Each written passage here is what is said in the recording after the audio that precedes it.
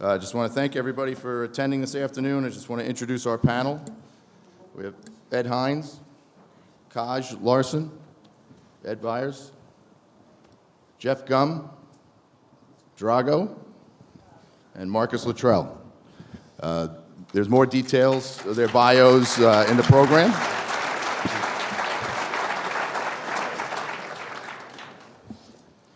So how I want to start off this afternoon is that we have a lot of future servicemen and women that are here with us today. So what I would like to do is let's start off by sharing an interesting learning experience that you encountered while serving at the teams. Kaj, would you mind starting off? Sure. This is like an officer's lead from the front kind of thing. Yeah, is that what it yeah. is? All right. Thank well, God.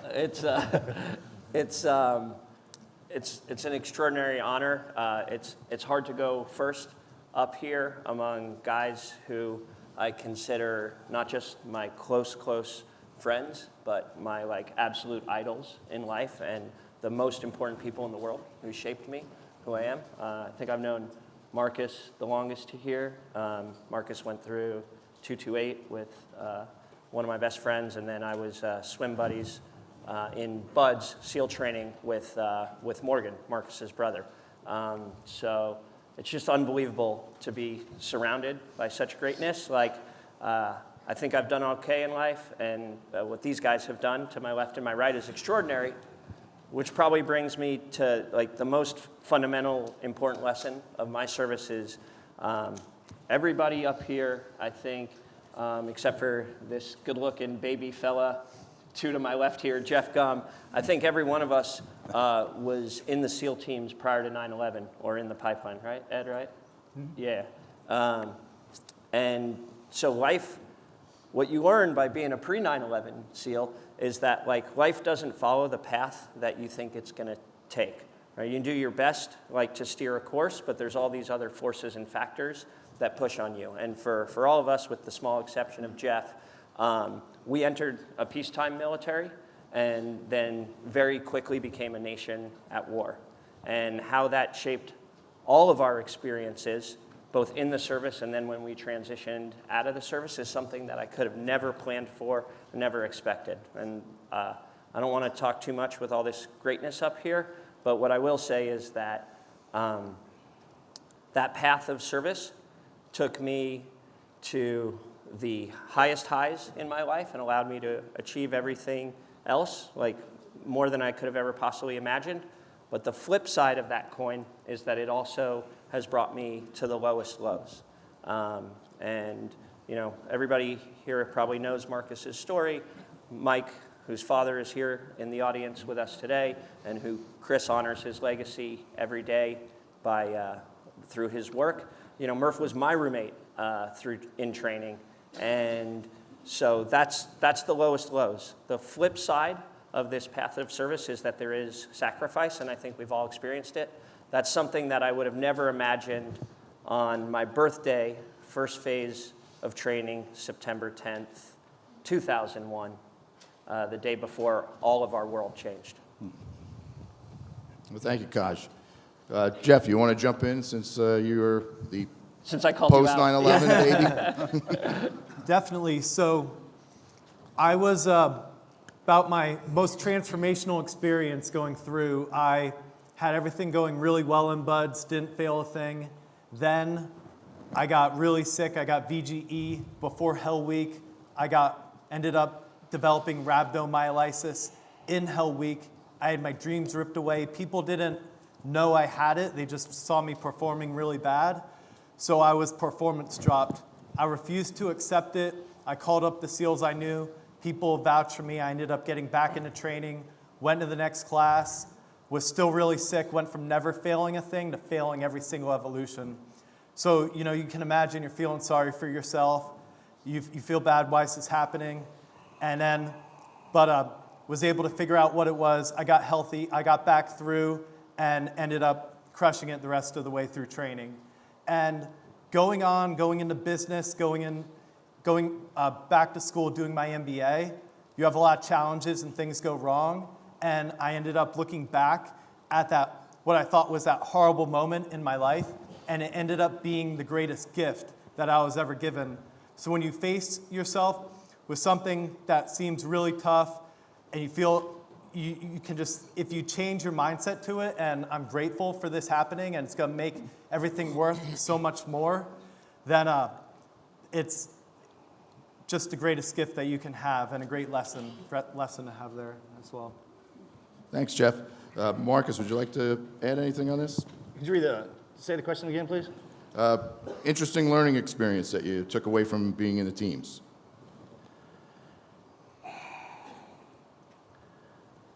I tell you what, we spend enough time in there, everything comes at you. It really does. The most valuable thing I took away from the SEAL teams was the ability to save a life. I mean, you obviously teach us how to take one really easy, but then teaching us how to save one is the most valuable lesson that I took from there. I think the thing I miss the most is sitting up here on the stage with me. I wasn't prepared when I got out for the hole that was created when you pull us away from that environment, because I've traveled the earth now quite extensively.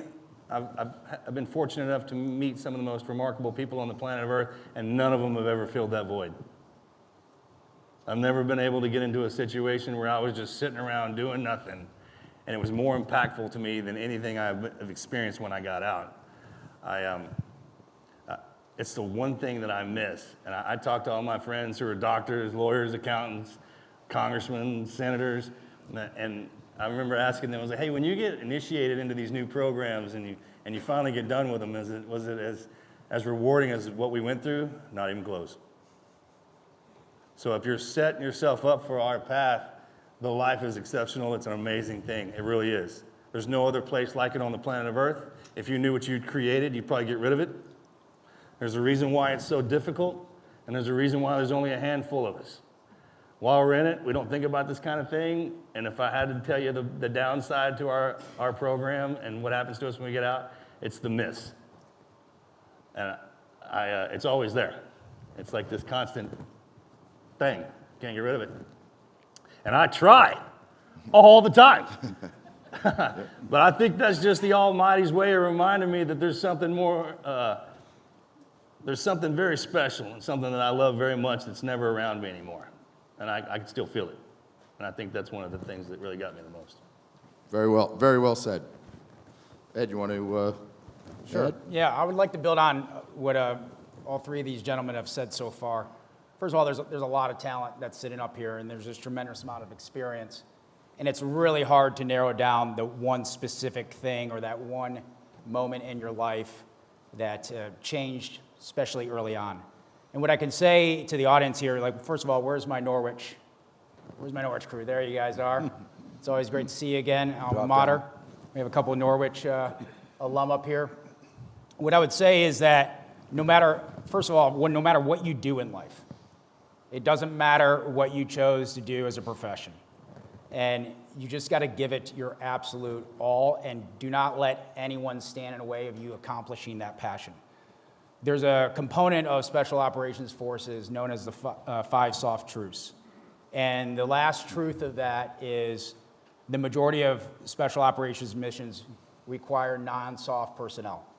And what that means is that for gentlemen such as myself and who's up on this panel to achieve something, it takes an entire enterprise of individuals willing to wake up every day and know that this is what I'm doing in life. I'm going to be the very best at it. It doesn't matter if you're mopping the floors, taking out the trash, providing logistical support behind the scenes. Your proximity to the battlefield does not determine your value. It doesn't determine your worth. And so whatever it is you want to do, first and foremost, you got to go at that with a relentless pursuit of passion.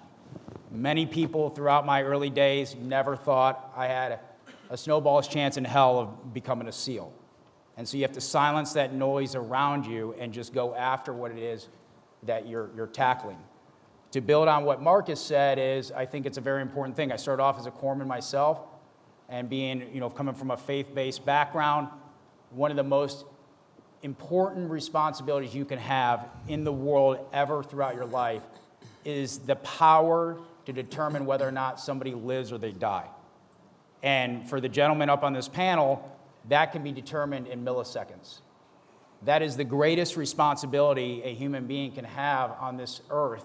And so to know that you have the right training, the right mentality to hold that power and execute it when appropriate is fundamentally something that is what's taught into us that I've carried throughout my life. For this panel, being two sides of the coin, is there's only one person up here that I've actually had the privilege of serving with, and that's Drago. And I was just talking to him about this just a few moments ago, thinking 21 years ago, on our first deployment to Iraq, combat deployment, you have a lot of emotions going through it. Yes, you're a SEAL, but this is our first time our SEAL team's deploying to a combat zone. You have anxiety, you're gonna have fear of the unknown, right? These are important traits to have because it heightens your senses. When focused right and directed right, these are good things to have. But you never know who you're gonna come across that's gonna provide that sense of calm to provide you direction. At the time, Drago had more combat experience than anybody that stepped in theater. He had been doing stuff with the Polish Grom. He had a lot of experience to push on us. And I remember as a new guy going, wow, what I can take from him and what I learned from him and seeing how he held himself, his composure was just remarkable. And I carried that with us as we did combat operations in and around Baghdad and Sadr City. On the flip side of that, so that's what you can do if somebody who's in an older position can have an impact in the new generation. Flip side, my nephew just graduated from SEAL training. And so I went out to his hell week before. I just spoke at his graduation a few weeks ago. And it's really, really powerful to see the next generation come through and the energy that they bring to the table. So I would say it's really hard to narrow down that one thing, but encompassing those three components that I just talked about is that even in your position, when you're young and do not have the experience yet, you can bring so much to the table. So don't ever devalue yourself from that perspective. The older generation relies on the next generation to take over and stand the guard, stand that wall, and you have the ability to do that. Thank you, Ed. Drago, would you like to add to that question, or? Sure. I think for me, the most impactful thing serving the SEAL team was the opportunity to serve with heroes, like here on the stage, but also to say thank you to America for my freedom. Before I came to America, I spent time in communist prison in Gulag as a political prisoner. So when I came to America, I had no country, I had no home.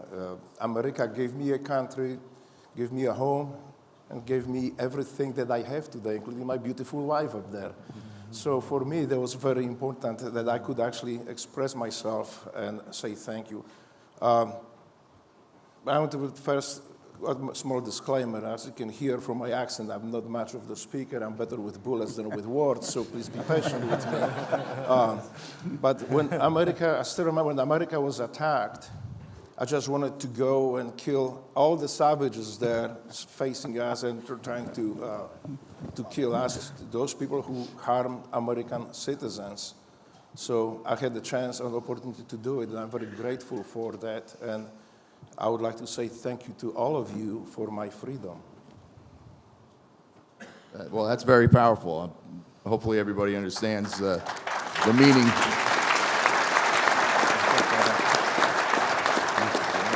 You want to add anything?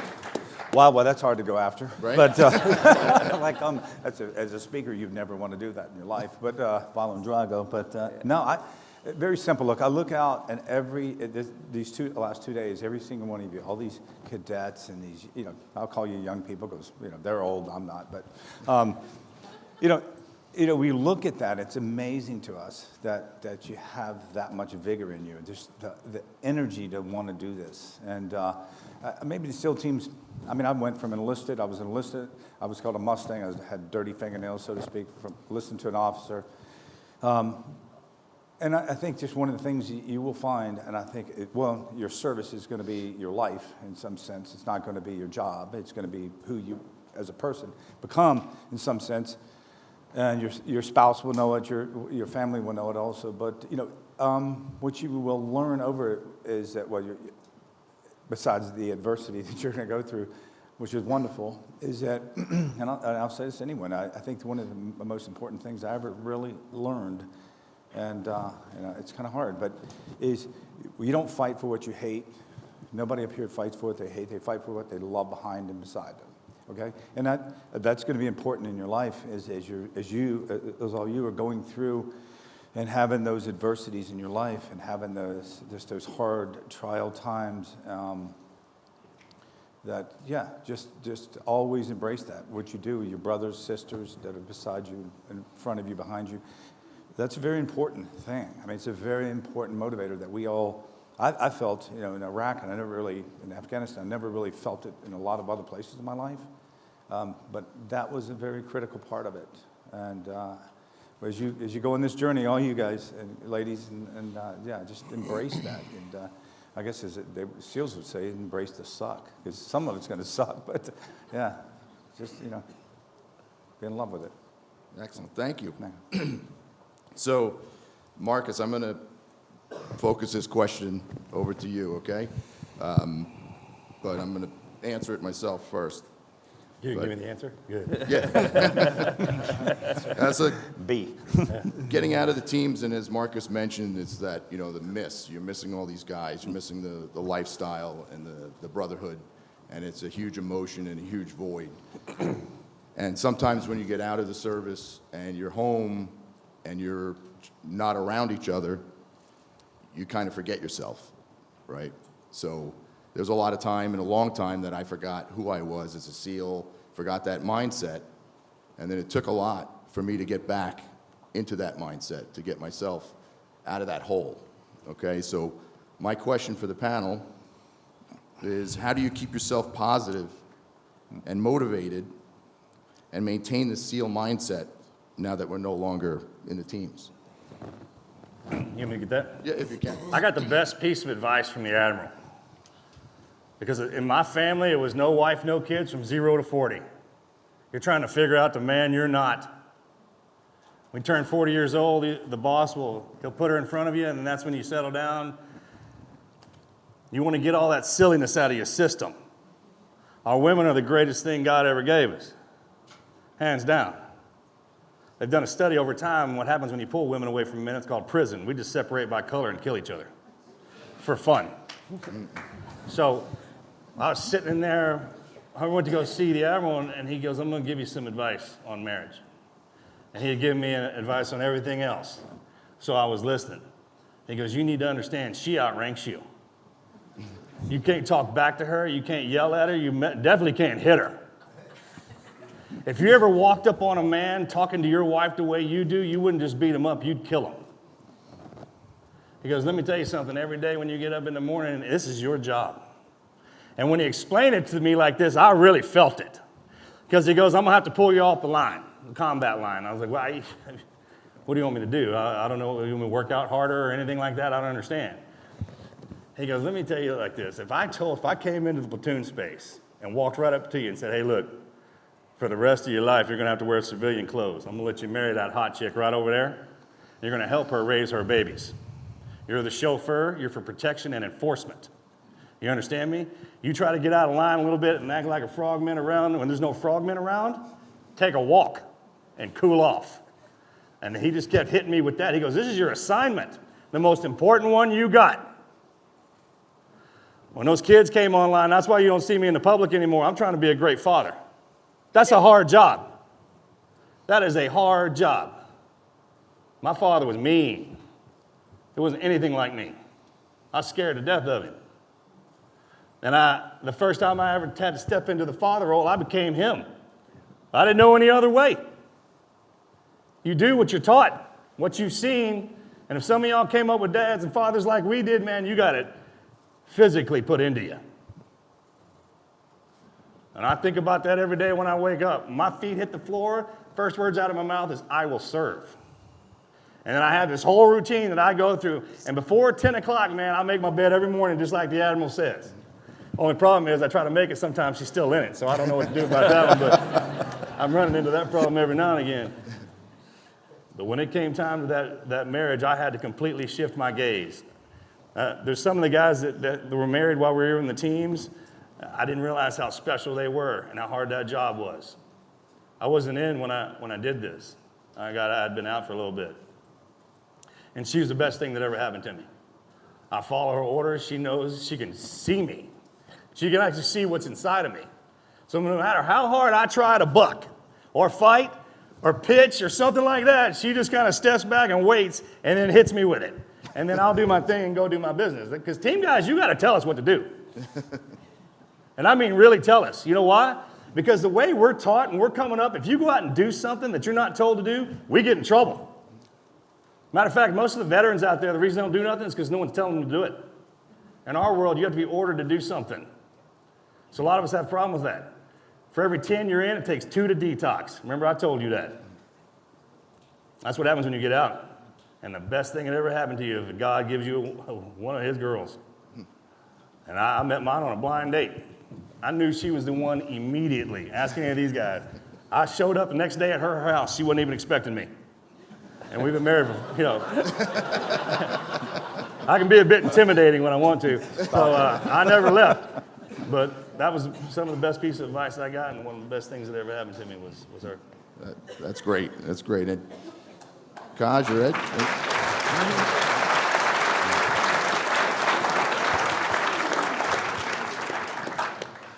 Marcus, I don't understand half the shit you just said, but I loved it. I loved it. I don't feel My bad Texan anymore. is like a little like, you know, it's kind of like my Spanish, you know? Like, Marcus and I have been friends a long time. It's awesome, and Melanie's awesome. So, is she out here? Is she out here somewhere? Somewhere. Let's see. All right.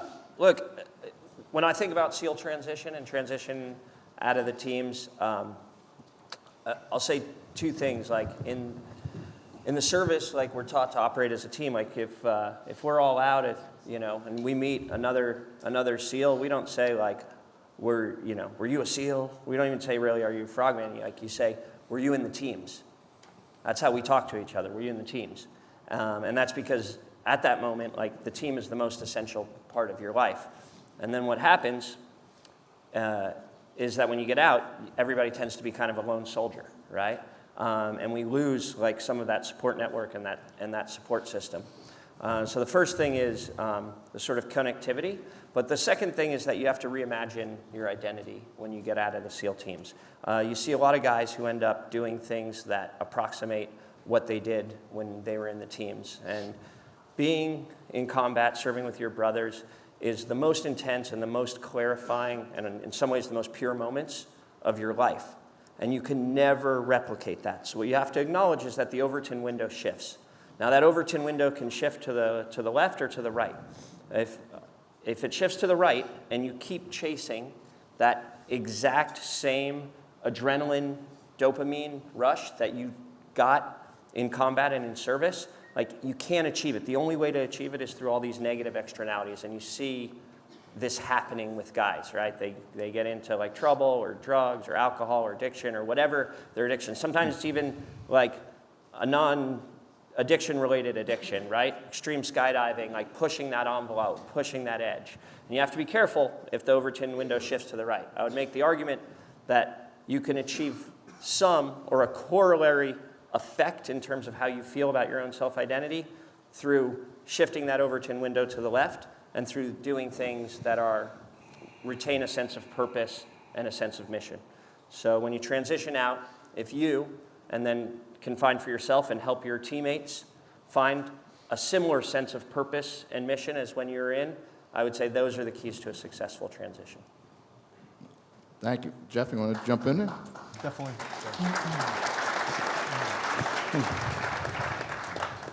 One of my biggest things is I never let my memories be bigger than my dreams. The same way when I was a 16-year-old and I tore my ACL and I was stuck in a brace, I didn't know what I wanted to do. I just knew I wanted the biggest challenge in the world. I discovered what the SEAL teams were in Hell Week. I was like, that's what I want to go do. And since transitioning out, I've just kept making new goals. One of the first ones was travel around the world. And I brought my friend who was born without arms and legs. So we went to 20 plus countries, all kinds of adventures. I carried him on my back all the way up to where Jesus was crucified in Jerusalem. Founded my own company, did my MBA, and just wanted to support veteran foundations as much as I could. Me and Kaj, we do the Hudson Swim every year, where we swim like 3.5 miles with 300 plus guys, 100 SEALs. Chris is always part of it too. Just going around having nonstop adventures like this, constantly challenging ourselves. Little joke is, we don't get ready, we stay ready, you know? So just constantly challenging yourself. And then family is just such a big one too. I grew up in Pennsylvania and I was out in California because it was just pretty awesome back in San Diego and everything. But since my sister had little kids, I got a 4-year-old, a 2-year-old, and a 6-month-old nephew, I just try to go back, seeing them, being there for them, trying to make sure they're brought up the right way before I have my own children and everything.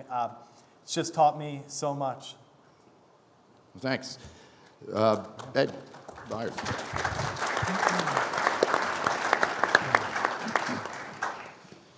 Well, I would agree with Kaj here that if you were to guess where Marcus was from, it would be Texas, right? East Texas. East Texas. The way he speaks, there's Everybody got that now, right? there's a lot of truth up here. And what I would say for myself is everybody's experience is going to be a little bit different, depending on your longevity in the teams or in your profession or your career, and what type of experiences, the intensity of those experiences are as you go through your career. So everyone's going to have a slightly different experience. They're going to have a slightly different way that they handle that and then figure out what they're going to do in the next phase of your life. I would say for myself, there was a significant thing that happened in my life that completely shifted my ability to continue doing the very thing that I loved and trained to and only wanted to do in life. And that can be a really big struggle. However, the way I looked at that, first and foremost, was to put God top of mind. And when I put God top of mind and going and saying repetitive prayers of what is it that you want me to do, and stay in that thought and seek that guidance, that gave a lot of solace to my personal life to understand what the path I need to go down and where and how I'm going to navigate that. There's the second part of that is then you look at, I expanded from God first of what path and direction that gives me that peace of mind so I don't fall down, the well and go down a wrong path, was then to always put forth the components of what our basic training taught us, meaning BUDS, Basic Underwater Demolition SEAL Training. And if you were to walk across the quarterdeck right now out in Coronado, you would see this compass rose. And so they're not sound bites, there's these sayings that go across this compass rose. They're not just sound bites, but these are sayings that have been forged in diversity by the proud men who have gone before us. Be someone special. Only easy day is yesterday. Choose to carry more. Earn your trident every day.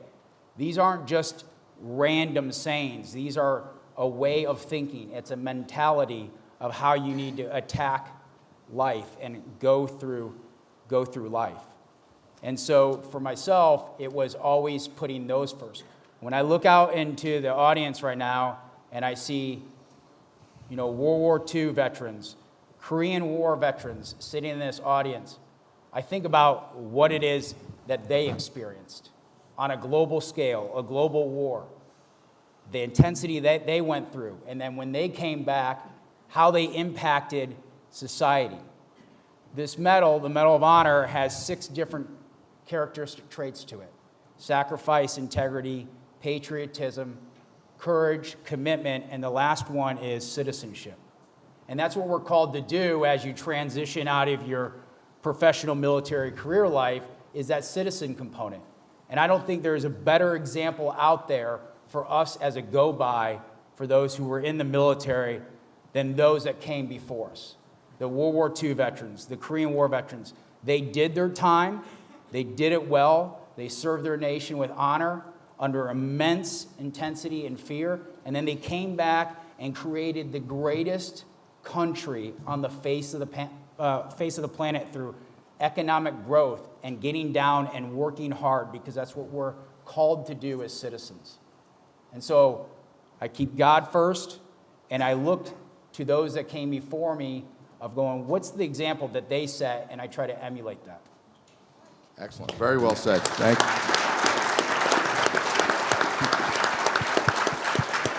So we have a few more minutes. I have one more question, and then I'm going to open it up for questions from the audience. Okay, so Ed, I would love to hit you with this question first, so it's not you following Drago. Okay. Perfect. What would be the best piece of advice that you would have for the future generation sitting with us today?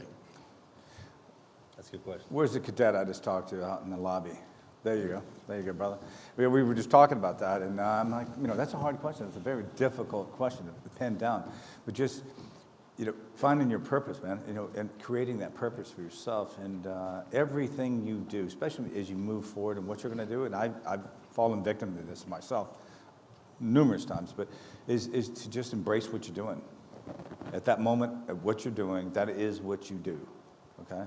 And I think that's very important. I hope I teach myself that every day, but all you cadets, you're going to have some adversity. You're going to have a lot of things that just don't go your way necessarily, and it's going to suck a little bit, right? And you just have to embrace that. That moment is part of your life, and that moment is what you're going to remember all your life. So, and just be good with it. So, yeah. Excellent. Drago, would you like to? Sure. I think as important as military career is, I think the first and foremost, is citizenship, being good citizens.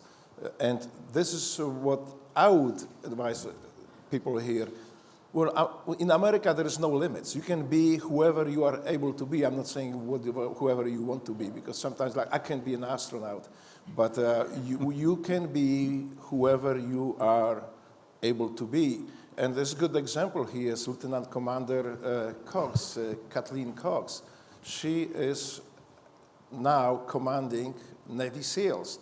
That's something wouldn't be possible, wouldn't even be, anybody wouldn't dream even about it maybe 6, 7, 8 years ago.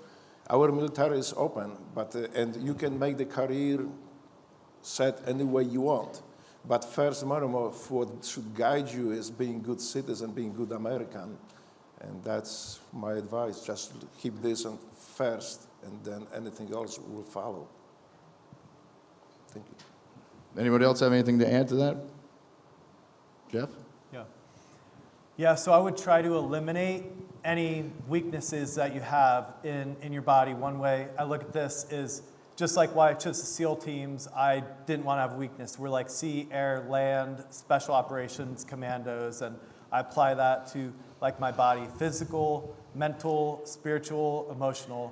If you have a weakness in any one of them, you're going to have major problems in accomplishing many of the goals you have in life. So if you can go through those, work with friends and family to get all those taken care of, everything in life is going to really fall in line. Well, thank you very much. Kaj, anything? I would just say that I'm a good SEAL. Like, these are great SEALs, right? And I am a better SEAL for having been close to all of these guys on the stage. So just be mindful of your entourage and who you hang out with, because if you pick the right friends, they're going to lift you up and take you to great places. Yeah. Ed? No, that's great. That was very well said.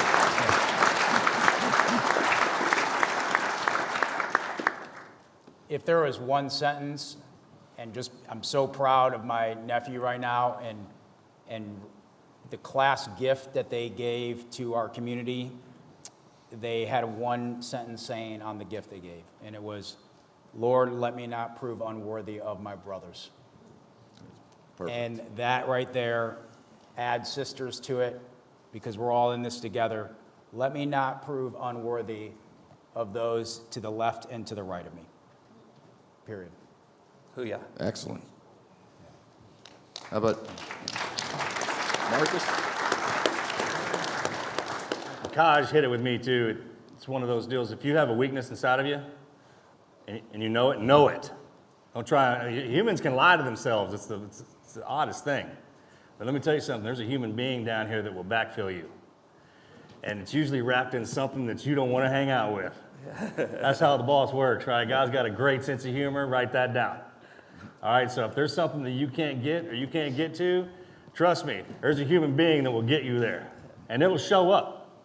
It's just a lot of times you're uncomfortable with the way they look, the way they talk. I mean, none of these guys can understand a word I say.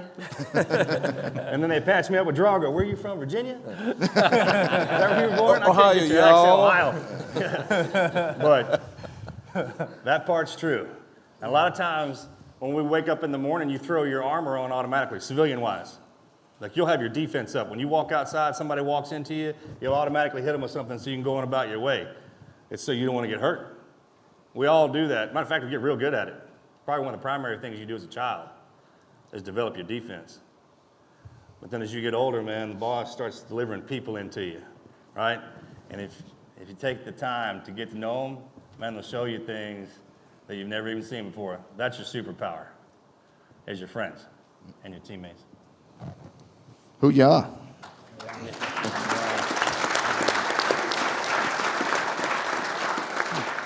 At this time, I'd love to open it up for questions. Does anybody have any questions? Coming to you. Over here. Please identify yourself and ask your question. Good afternoon, gentlemen. My name is Isaac Jameson. I'm a midshipman at Penn State, and I just want to say thank you so much for coming. This means a lot for me and really everyone here. My question is, what's the biggest life lesson that you've learned in the SEAL teams, and that could be applied to really anything, and what do you want to teach the younger generation of fighters? Thank you. Anyone want to field that one? I'll take it for Have action at it. because he asked me earlier. Okay, excellent, perfect. So thanks for standing up and asking the question. My first troop chief, when I checked into Naval Special Warfare Development Group, his name was Tommy Valentine. Unfortunately, he's no longer here. He had a saying when he would sit down with the new guys, and he would go, at what level are you willing to participate? And I'd say to answer your question specifically, like something that you can carry with you, which kind of embodies everything that we've talked about over the past 20, 25 minutes, is that at what level are you willing to participate? Because everything in life is going to be a test. And so once you understand that everything in life is a test, then you got to ask yourself, how am I going to rise to that occasion? Do I want to participate at this level? Do I want to keep doing it? Because the grind is going to happen. Life is going to get tough. The shine's going to fade of whatever your chosen profession is. Only 10% of it will be the cool stuff. The other 90% is going to suck. And you have to just understand and ask yourself that on a daily basis. Excellent. Any other questions?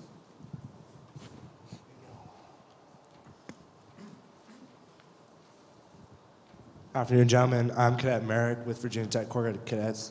I've heard about the concept of a quiet professional. I want to hear you guys elaborate on that a little bit. Never heard of it. Silence. I got some thoughts on this, but I'll just say quickly that this has been a struggle for our community. When all of us entered the SEAL teams, with the possible exception of Jeff, I'd never even heard of SEALs when I went to the academy, but post 9/11, because post 2011, after Bin Laden, it no longer became possible for us to be the community. That was an inflection point for our community, and so we've had to learn how to both be quiet professionals but also live in the spotlight. I wouldn't say that's been the smoothest journey. So what I like to think of is And everybody on this stage epitomizes this, especially Ed, who's now forced really into the public spotlight, and Marcus as well. I like to think of us not necessarily as the quiet professionals, because I don't want the greenie beanies, poking fun at us, but I do think of us as quintessential professionals. We hold the paragons and the values and the ethics that Ed talked about on that compass rose. We hold those as our highest values, and that's how we sort of transcend this new era for our community. I'm just going to add on to that for everybody other than Jeff. When I went through training, you just never went out and spoke about what you did. So when I got out of the service, I got out just before September 11th. People didn't even know what I was doing in the military. They just knew I was away. So that would be the old definition of the quiet professional. What Kaj is saying, and it speaks volumes because everyone sees SEALs on Instagram and with all of this media attention now, we're trying to be, like you said, a quintessential professional, and it's almost a brand, the SEALs now, because now it's so much in the spotlight. So we want to make sure that when people see us, that you're not going to meet that many SEALs. Okay, there's not a lot of us at all. We're a very small group. So when you meet us, you want us to be the reflection of what you envision a SEAL to be. Because if I'm doing something inappropriate or wrong, you're going to think all the SEALs are doing that. So that's the other aspect. But definitely, we're in the media and the spotlight a whole lot more than I think most of us really would like. Jeff? Quiet professional is really when you check into your team. They don't want a new guy going out to the bar, going around, putting himself on social media. But as you retire and you get out of the military, I think it's very important for people like us to help push culture the right direction, because if we're not doing it, who's going to be pushing culture? And we don't necessarily want them pushing the culture that direction. What y'all say about us? If you're not one of us, you get it wrong. And then the greatest stories that ever come out of our community come from people who aren't one of us. True. When we got in, it was quiet professional. When you're in there, you never talked about it. Matter of fact, we had permission to lie. Yep. You gave us permission to do that and taught us how to do it, actually. And then I remember when I got put into this one, it was the hardest thing I ever had to do. I had to have lessons on how to hold my hands, how to talk, how to do all of that. I had a mouth on me back in the day. I used to use a lot of profanity. So, it's just one of those deals. And then if we go in there and half cocked and half ass you, then what do we look like? So it was one of those situations, especially Ed. Once he got that wrapped that honor, man, he just like, when you get up there, it's an immediate shift overnight. Because when y'all want to see us, y'all are going to see us. We belong to y'all. So when it came time to do this, the boys who are in, who are still underneath, they're not allowed to wear the tridents. They can't do it, can't talk about it. When you get out, the only way young warriors learn about old wars is the old warriors getting out there and talking about them. We've got permission, we've been trained. But Kaj nailed it too. It was a little rough. It was a little rough. Marcus, you actually taught me one of these lines. I don't know if you remember this, but Marcus was a big influence because I was swim buddies with Morgan, and so he was a mentor to us when we were going through. He had gone through about 2 years before us, and so all of the tips and wisdoms and tricks came from Marcus, but also all my best lies came from Marcus. So if I met girl out at a bar, I stole this one from him. What do you do? I used to tell him that I drove that little machine on the Coronado Bridge that would move the lanes from left to right. The zipper. That was a good one, man. I came up with the best job. You can't believe it, man. Tell somebody what you do, and they're like, really? I never. I'm like, oh yeah, I got it. I had a lot of fun in the SEAL teams, y'all. Just saying. Yeah, I use the rodeo clown, but I'm from New York. That's the other Yeah, that was plausible, though. Professional alien. Yeah, I'd like to add just, one closing thing on this. Quiet doesn't mean silent. Those definitions are distinctly two different things. So it matters situationally what's going on.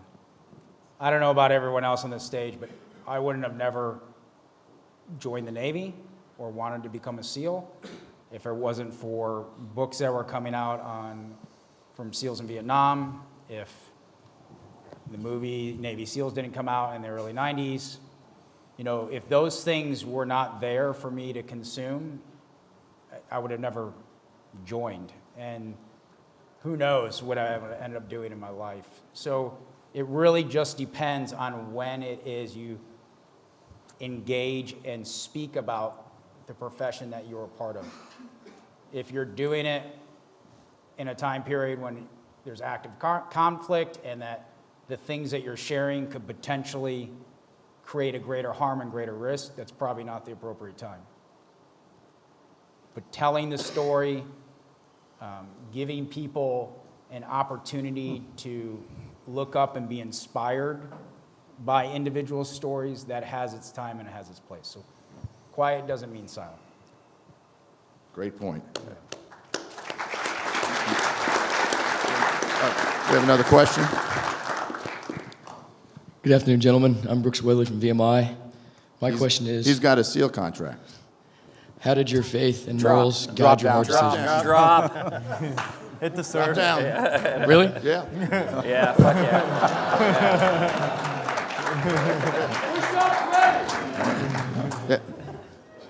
Yeah. That's good. Recover. Recover. There you go.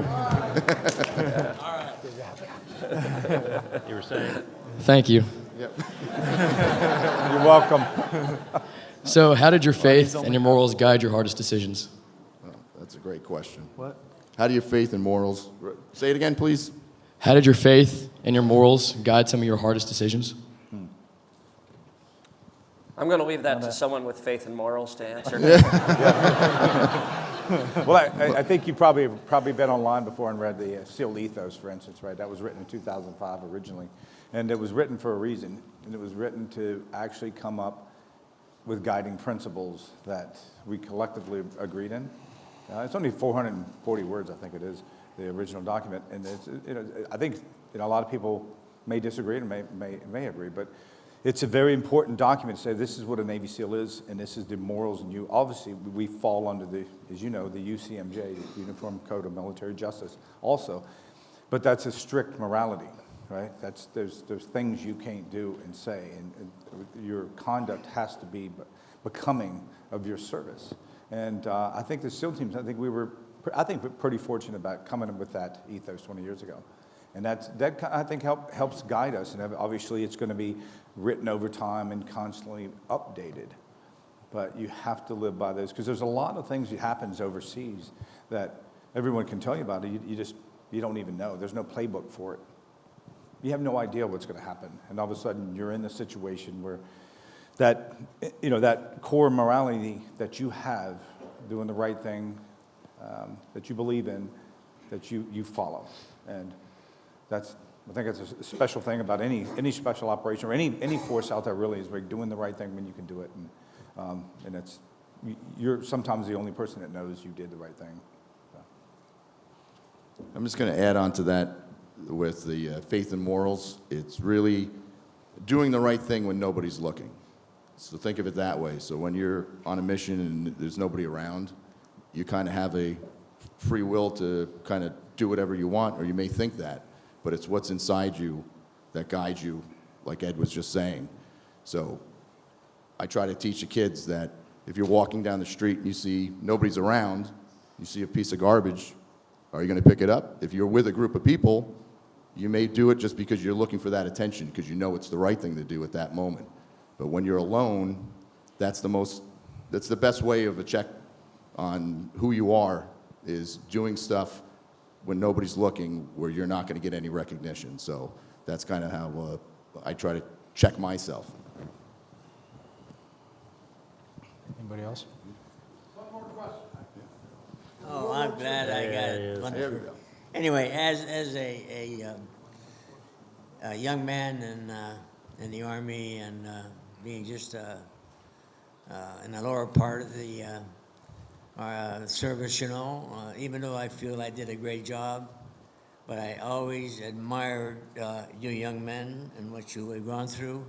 I watched a lot of your training, and I think we should be so grateful. The work you do is very dangerous, and I admire you. Every time I see a SEAL, I feel so proud when I get to him and shake his hand. And I did like I did with Ed there. I didn't get a chance to do it to each one of you, but you're the greatest. I mean, if everybody sees what you do, they admire you much more than ever. And I just thank you. And God bless you all. Thank you. Thank you.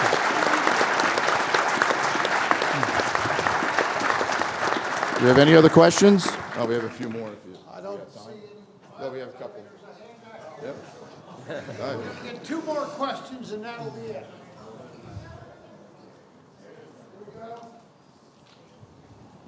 Cadet Tobler Cunningham from Virginia Tech. When you fail and let your teammates down, how do you rebound and gain your teammates' trust back and also feel good enough to help them again or represent them again? That's a great question. I'm going to have to say that's an excellent question. Anybody want to field that one? Well, What happens when you screw up? Basically is what you're asking, right? Yeah, it's terrible. Sometimes you don't recover. Man, yeah, some guys don't make it That's why back. there is so much stress in our selection. That people who come in, they won't fail. So that's, I think. Okay, so we all fail. Yes. Matter of fact, we get really good at it. Yeah. And a lot of people Yes, yes. will quit because they get embarrassed. Like if you're embarrassed to fall down around people or for anything to look dumb on you, you ain't gonna make it around here. We get that out of the way early.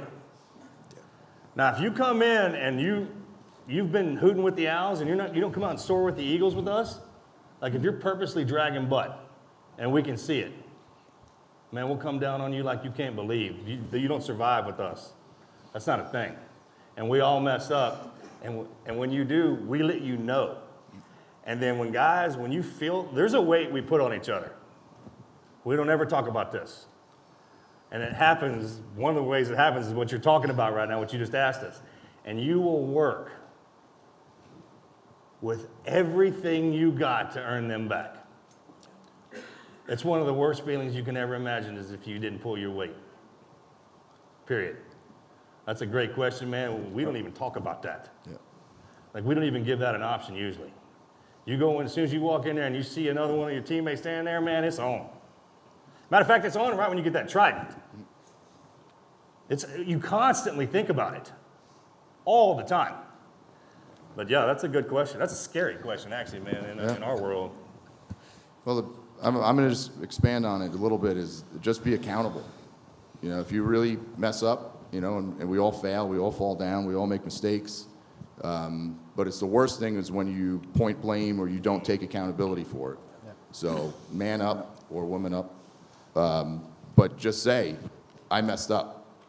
I'm going to prove to you that I'm going to make it right, try to earn their trust back. You may never earn the trust back if you did something that bad. Well, I think you brought up 2 pieces. I appreciate the 2 pieces to that. The second piece was trust. That's a whole different thing. Yeah. You lie, cheat, steal, let's just call it whatever it is. That's a whole different thing. Like making mistakes, you can ask any SEAL, I think, on earth, you know, or any military force, they'd rather have a person that's a team player, that's really honest, straightforward, and maybe not the best performer, maybe good performer, great, maybe, but they would rather have that trust first. Trust is the speed in which you can move as a unit, or any unit, leading or whatever you're going to do in your life, is the people you can trust and they can trust you. So trust is a whole different thing. Never break that trust. So That's huge. Perfect. Jeff, you have something? Yeah, you can't be afraid to fail. All of us joined a community where 90% of the people that attempt don't end up making it. You know, my class had 253 guys. I finished with 26. Then there's like, you continue on from there.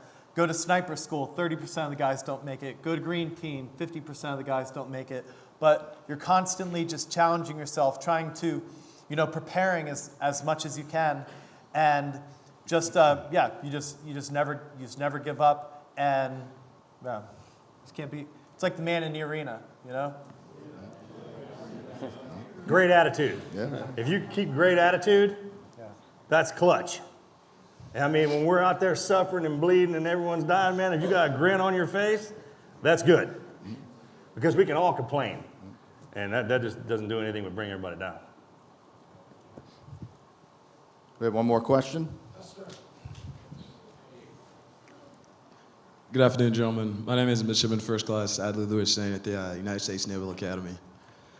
Gentlemen, in my senior year at the Academy, something that's constantly in my mind is whether or not I'm actually prepared. If my idea of what leadership looks like is good, if that's going to be good enough for those that'll be fortunate enough to lead in the future. And so with your wisdom and your experience, what I'd like to ask is, what would you say to those of us who are questioning, am I ready to lead in the future? What does leadership look like, and how do you balance, perhaps, how do I put this? What's good for the person? What is like a decision that's, I'm doing this because it's better for you, or I'm doing this to make your life better, or accountability versus true leadership kind of detail? Another very good question. I'm going to just quickly address it from my You're ready. From my view. Trust yourself, you're ready. Nobody's ever really ready when you get tossed into positions, and a lot of people tell you.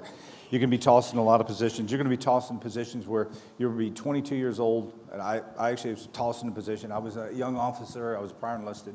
I was a dirty Mustang, as I call myself. And I had a chief that was a Vietnam veteran, highly decorated, and I had to fire him, and it sucked. But I think I learned a lot from how to speak to him and learn from him during that moment. That even though he was older than my father, I was able to go through that situation with him. And you're never going to be as prepared as you think you want to be, possibly, I don't think. It's just learning experience, and you have to be humble. And you're going to have a lot of important people behind you, chiefs and senior enlisted, Naval Academy. So you're going to have that. And just be honest with them and be humble with them. And just remember, you don't know everything. So you're prepared, but you're not that prepared. So what I was going to say is, I was enlisted. There's a few other people that were enlisted here, so it's a little different for us. But the big thing and the point that I'm going to place is that if you're going to become an officer and you get to your first duty station, you don't know everything. You're as prepared as you can be from school, but you're going to have to rely on your senior enlisted, your chiefs, your first class, all of those people that have been in service for, decades, that have all of this experience of how to do things, and you need to rely on them to help you and almost be humble to a point where you could allow them to mentor you a little bit. We've had a few SEAL officers that go through that would come in and kind of say, hey, you're going to do it the way I say. And it doesn't go well that way when you're trying to direct people. So, we've had a few people go to Ranger School to try to help educate them. Yes, yeah. But that was my aspect from an enlisted person, and watching these new officers come in, is that a lot of them would instantly go to the chiefs and make sure that, they're there to help them, to give them advice and to show them, like how to get things done. Even though they would give the orders, the chiefs would get the work done. I love that you asked this question. So G.K. Chesterton has I think the most quintessential definition on what humility is. And humility is not thinking less of yourself, it's just thinking of yourself less often. And what I mean by that is, you've been through the severest of schools. The academy is the creme de la creme, right? You've been trained. You've had a lot of great instructors pouring into you to tell you the right path to go on. So don't question that component. I love that you have humility from thinking from that perspective. Just be confident also in what you do know and what you've learned, and the rest will come with time. And I have a great example of this from a personal perspective, which is why I like that you asked it. So I had prior service before I joined the teams. I came in as a Navy corpsman. I spent my first tour with 2-2 Golf Company, 2nd Marines out of Camp Lejeune. Then I went on to Special Operations Medical School with the Army and did that. When I checked into Team 4, and before we went over to Iraq for the first time, when we checked in as a new guy back then, we had to take our tridents off. and they're known as also, they have a couple different nicknames, the Budweiser and the Bird. We had to put our birds in a bird cage, literally take them off. We weren't allowed to wear them because we were some of the first classes that received our tridents out of training before showing up to teams. And so there were 6 months where that went by, and we had to go on a board. So we're sitting in front of our platoon chiefs, our LPOs from across the command, and they asked you all these questions. And one of the senior people that I highly respected, would go on and serve with, asked me if he thought I was prepared as a medic to do that as a collateral duty for the platoon. And I did this self-deprecating component, which I thought was humility. I was sadly mistaken. I said, no, I don't think I'm ready. And the board lost their mind on me. They lost their mind on me because they're like, look it, if you're not ready, you're either, you don't belong here, you're dumb, like something's off, because you're the most trained corpsman we've ever seen, because you've had this prior experience with the Marine Corps. You've just got out of doing all this special operations medical training, and you're coming across saying that you don't think you've had enough training yet. And it was a really big insight and thinking of a mentality. Is like, it's great that you come off with a sense of humility, that it's never enough, that we have to become better. Like, what's the next ridge line? But the other aspect of that humility in that Chesterton quote that I just talked about is not thinking less of yourself, is that when it comes game time, you better think that you're also the baddest MFer on the face of the planet, because that is what's required of us. That's what's demanded of us when you're in the military by the citizens of this nation, is that you will be there to execute the job in a no-fail setting. So I love that you asked that. Just believe in yourself, you got it. That concludes the panel this afternoon. Thank you very much. Thank you, everybody.